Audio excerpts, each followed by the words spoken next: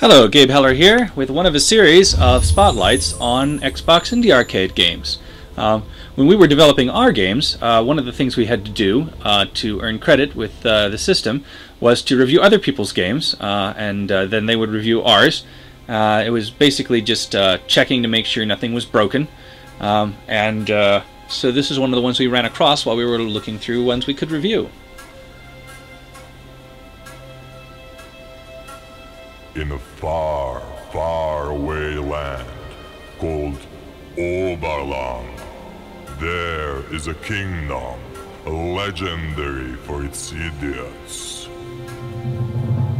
Lovingly bred and distilled through ages, idiocy here is of the highest class known to man, or idiot.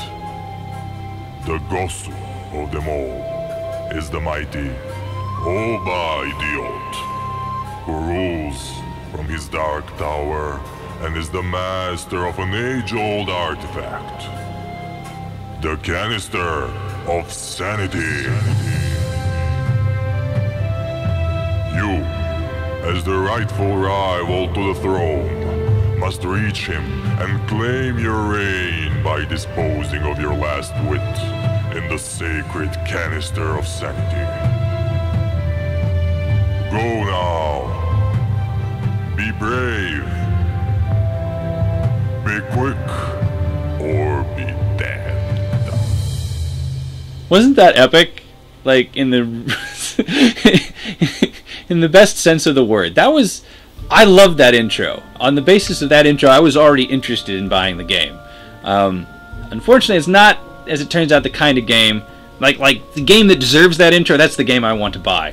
This game, well, okay, you can play it on Korean, Uber Easy, Uber Hard, or Normal. I think I would play it on Normal. And you can see it's one of these games. One of these fast twitch obstacle course games, of which there were a lot at the time, and which I'm not that good at. Some people just love these games. They're okay. Now this one, they went to a lot of trouble, as you can see. They made it 3D, which a lot of the other ones are just 2D. They put your avatar in there, so you can play with your avatar. And as somebody who's tried to develop avatar-based games, or at least, you know, had a look at it at one point to see, oh, we could have their avatar play the game. It's not that easy to just throw the avatar code in there. It takes a lot of extra effort. I think maybe you have to purchase something as well, Xbox. So, like, you know, they went to some trouble to develop the game. But it's not my kind of game. Also, there's a, like, I've played this quite a few times because this is the first of the videos in the series that I actually made. It took a while to get my setup working properly, so I did ended up practicing this game quite a bit. And it took a lot of practice just to get to the point in the game where I could play it this well.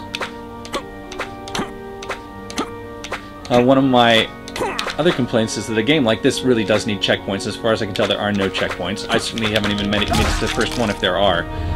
Also, when I first started, I've gotten used to the control system. You use the left and right bumper to move left and right, or triggers, or the left analog stick, but I really wanted to use the D-pad. This seems like a D-pad game to me. You know, quite obviously a game where you want to use the D-pad, but they don't let you use the D-pad, so...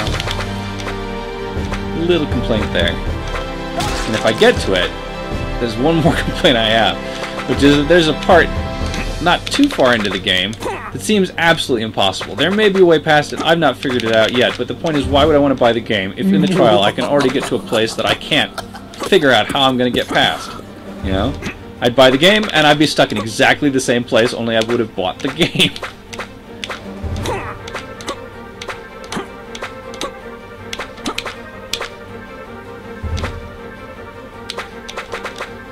But maybe people who are more experienced with this kind of game could figure out what the heck they're supposed to do. Here it is. What? I don't know. The gap is too wide. And there's no place where it's narrower.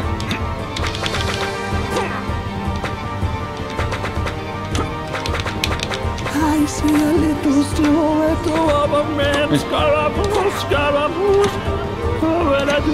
On the other hand, I love the taunting the guy does from the top. He gets distracted and starts singing Queen. Says, "I have the canister," and he like thinks that he's like on a crow's nest on a ship and is like, "I see land." You know, that's all very funny. If only I actually liked this kind of game. Can I double jump? No, can't double jump. Or at least you can't hold down the jump button. I suppose I could try spamming the jump button. I haven't tried that yet. If I get there again, I'll try that. You notice that it tells you how many times you've tried. It doesn't tell you how many guys you've got. I think eventually you do run out of guys, though I think I'm going to run out of time in the trial before I run out of guys.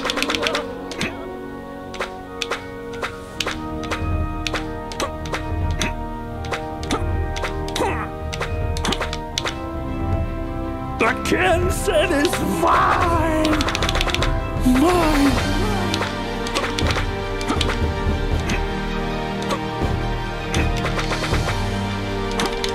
Nope. I don't know how you get past that. No idea whatsoever.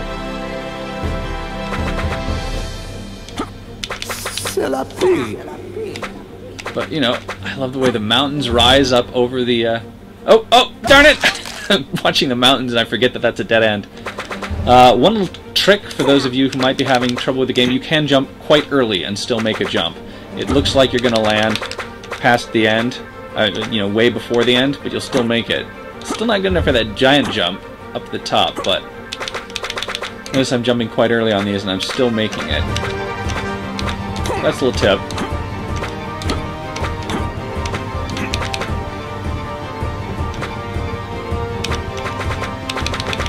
The Kensen is mine! Mine!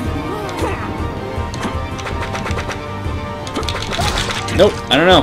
Maybe I can jump up onto here. Sometimes, once, I managed to, and I wasn't even trying to do it. I just was accidentally spamming keys, and I managed to jump up onto the side.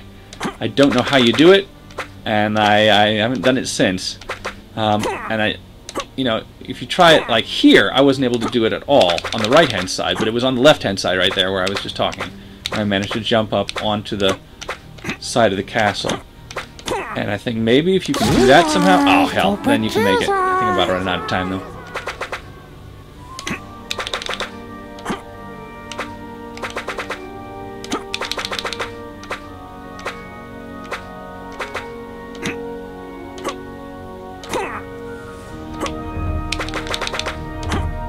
I see a little silhouette. Nope, that's it. Sorry.